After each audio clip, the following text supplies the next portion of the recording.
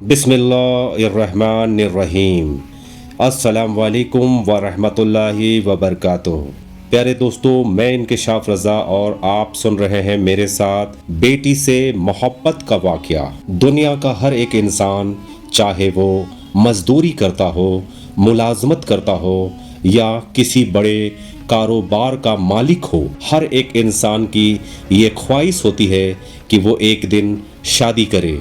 इसी तरह से बगदाद के एक बड़े ताजिर ने भी एक बड़ी ही खूबसूरत, हसीन और जवान लड़की से शादी की और अपने शादीशुदा ज़िंदगी में बड़े सुख चैन के साथ अपनी ज़िंदगी को गुजारने लगा। शादी के कुछ दिन गुजर जाने के बाद, जैसे दुनिया के हर शादीशुदा जोड़े की ये ख्वाहिश होती है कि अल्लाह ताला उन्हें एक तंदुरुस्त औलाद से नवाजे, उसी तरह से इन दोनों की भी यही ख्वाहिश थी। लेकिन ताजिर दिल ही दिल में ये दुआ करता रहता था कि अल्लाह ताला उसे एक खूबसूरत, हसीन, तंदुरुस्त और सेहतमंद बेटा अता फरमाए, जो आने वाले दिनों में उसके कारोबार, उसके ख़ानदान का वारिस बन सके। और अल्लाह रब्बुल इज़्ज़त ने कुछ दिनों के बाद उन दोनों को एक बहुत ही खूबसूरत, हसीन और तंदुरुस्त बेटी से नवाजा। बेटे की ख्वाहिश दिल में होते हुए भी ताजिर के घर में तकरीबन 1, 2, 3 करते करते तकरीबन 6 बेटियां पैदा हो गईं। 6 बेटियों के बाद भी ताजिर का दिल न भरा। उसने देखा कि इस बार भी उसकी बीवी हामला है और इस बार शैतान ने उसके दिल में वसवसा पैदा कर दिया। उसने ये तय कर लिया कि इस बार भी अगर बेटी पैदा हुई तो वो अपनी बीवी को तलाक दे देगा और अपने घर से निकाल देगा। वो आदमी इतना बेवकूफ़ था कि वो इस बात को नहीं समझ पा रहा था कि चाहे शौहर हो चाहे बीवी हो, किसी के बस की बात नहीं है कि वो बेटा या बेटी अपने दिल के चाहत के मुताबिक पैदा कर सके।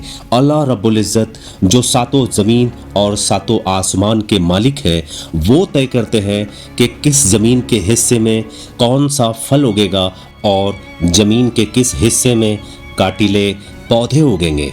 उस आदमी को, उस ताजिर को इतना भी अक्ल नहीं था कि बेटी हो या बेटा, इसमें उसकी बीवी का क्या कसूर। ये सब तो अल्लाह की अता है, अल्लाह अपनी मर्जी से अता फरमाते हैं। और एक दिन ताजिर अपने बिस्तर पर बड़े आराम से सो रहा था।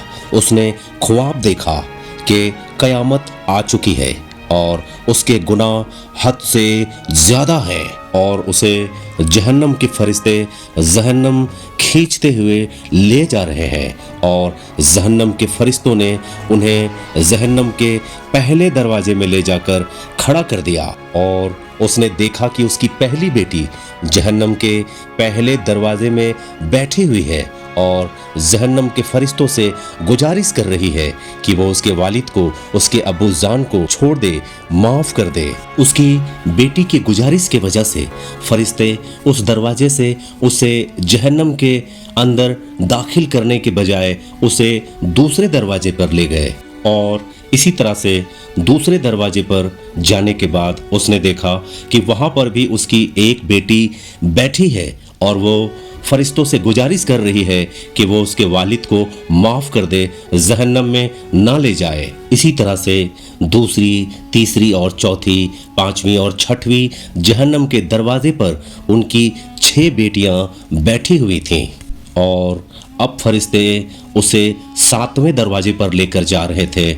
और ताजिर ये सोच रहा था कि अब 7वें दरवाजे पे उसे बचाने के लिए कोई नहीं होगा, कोई रुकावट नहीं होगी, उसे जहन्नम में डाल दिया जाएगा। ताजिर इस बात को जान चुका था कि अब 7वें दरवाजे में उसे रोकने के लिए कोई ना होगा, कोई रुकावट नहीं होगी।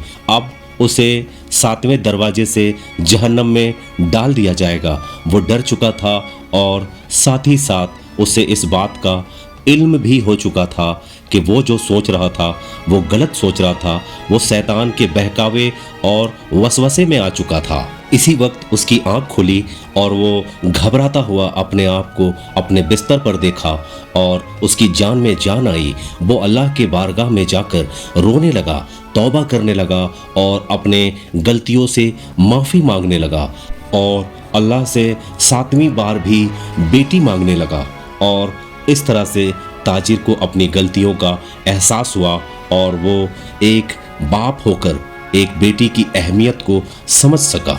جن کو اللہ تعالیٰ پر یقین ہوتا ہے وہ بیٹیوں کے آمد سے غم زدہ نہیں ہوتے۔